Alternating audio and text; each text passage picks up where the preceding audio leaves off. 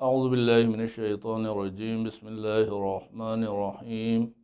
ناظرین محترم و سامعین کرام، السلام علیکم ورحمۃ اللہ وبرکاتہ۔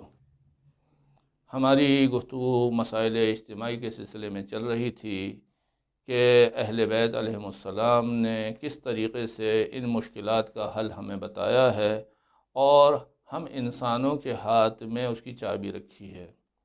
دیکھیے، نظام ہمارے پاس جو ہیں ایک ڈکٹیٹرشپ والا نظام ہے، بادشاہی نظام ہے کہ جو میں کہہ رہا ہوں وہ آپ کو ماننا ہوگا۔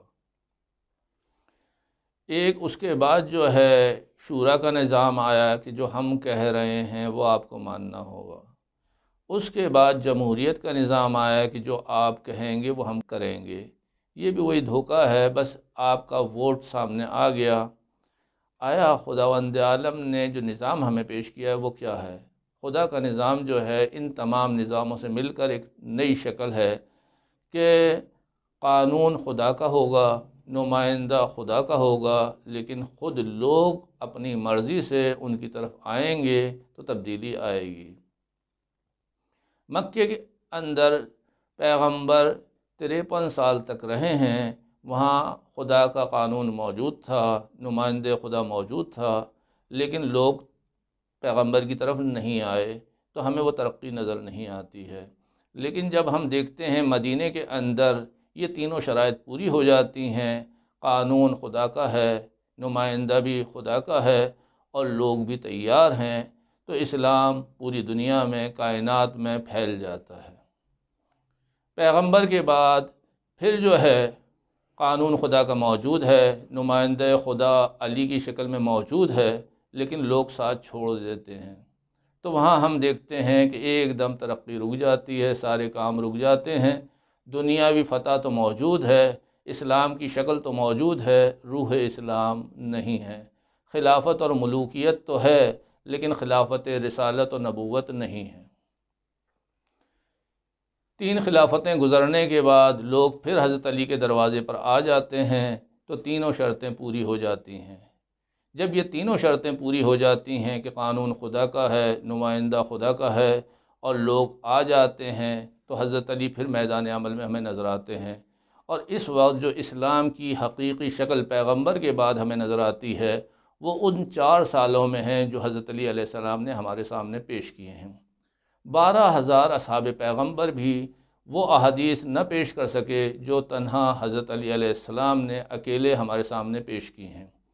حضرت علی کی شکل ہمارے سامنے 53 سال کی نہیں ہے، ہمارے سامنے حضرت علی کی شکل صرف 4 سال کی ہے، جب آپ خلافت پر آئے ہیں۔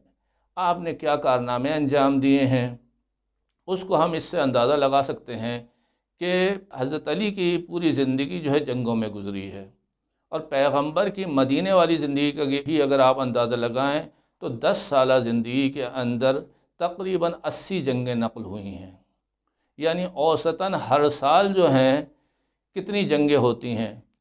8 جنگیں ہو رہی ہیں۔ اور وہ 4 مہینے جو جنگ نہیں ہو رہی تھی، اس کی وجہ یہ نہیں تھی کہ جنگ نہیں تھی، اس کی وجہ یہ تھی کہ اس زمانے میں عربوں میں جنگ کرنا ان ایام میں، ان ماہ میں، 4 مہینوں میں حرام تھا، ورنہ اس میں بھی جنگ ہوتی۔ پیغمبر نے استفادہ کیا انہی 4 ماہ سے اور دین کو پہنچایا ہے۔ یعنی جو تعلیمی نظام پیغمبر نے بنایا ہے اور جو ہم سمجھ رہے ہیں، ایسا نہیں ہے کہ ہر سال اگر 8 مہینے جنگ ہو اور وہاں پر تعلیم ہو، تو کیسے تعلیم ممکن ہے؟ کیونکہ وہاں جنگ ہو رہی ہے اور جنگ میں لڑنے والے وہی جوان ہوتے ہیں، وہی بہادر ہوتے ہیں، وہی افراد ہوتے ہیں۔ ایک مارچ پہ جاتے ہیں، ایک محاذ پہ جاتے ہیں، وہاں سے آتے ہیں، پھر دوسرے محاذ پہ چلے جاتے ہیں، ایک لڑائی کو نپٹاتے ہیں، پھر دوسری جگہ چلے جاتے ہیں۔ وہاں پر آیت نازل ہوئی، لولا نفر من كل فرقة منهم طائفة ليتفقهوا في الدين ولينذروا قومهم اذا رجعوا اليهم لعلهم يحذرون، کہ وہ افراد جو پیغمبر کے پاس باقی رہ جاتے ہیں، وہ بچے ہیں، وہ بوڑھے ہیں، وہ مریض ہیں، وہ خواتین ہیں، یہ آیت ان کے شان نزول میں نازل ہوئی کہ تم لوگ بھی بیکار نہ رہو، پیغمبر سے استفادہ کرو۔ یہاں پر جو نفر ہے زمینی حرکت نہیں ہے، یہاں پر نفر مانوی حرکت ہے کہ اپنے نفس کو بہتر کرو، پیغمبر کی باتوں کو سنو اور سمجھو۔ جب دوسرے افراد جو ہیں میدان جنگ سے آئیں گے جہاد اصغر سے واپس آئیں گے ان کو جہاد اکبر بھی سکھاؤ، ترقی کا راستہ بھی سکھاؤ، یہ چابی بھی ان کو بتاؤ۔ جب ان لوگوں نے اس چیز کو سمجھنا شروع کیا، اگر ہم بھی اس چیز کو سمجھ لیں اور اس چابی کو صحیح کر لیں، اپنے نفس کو صحیح کر لیں، تو ہم بھی ترقی کر سکتے ہیں۔ السلام علیکم ورحمۃ اللہ وبرکاتہ۔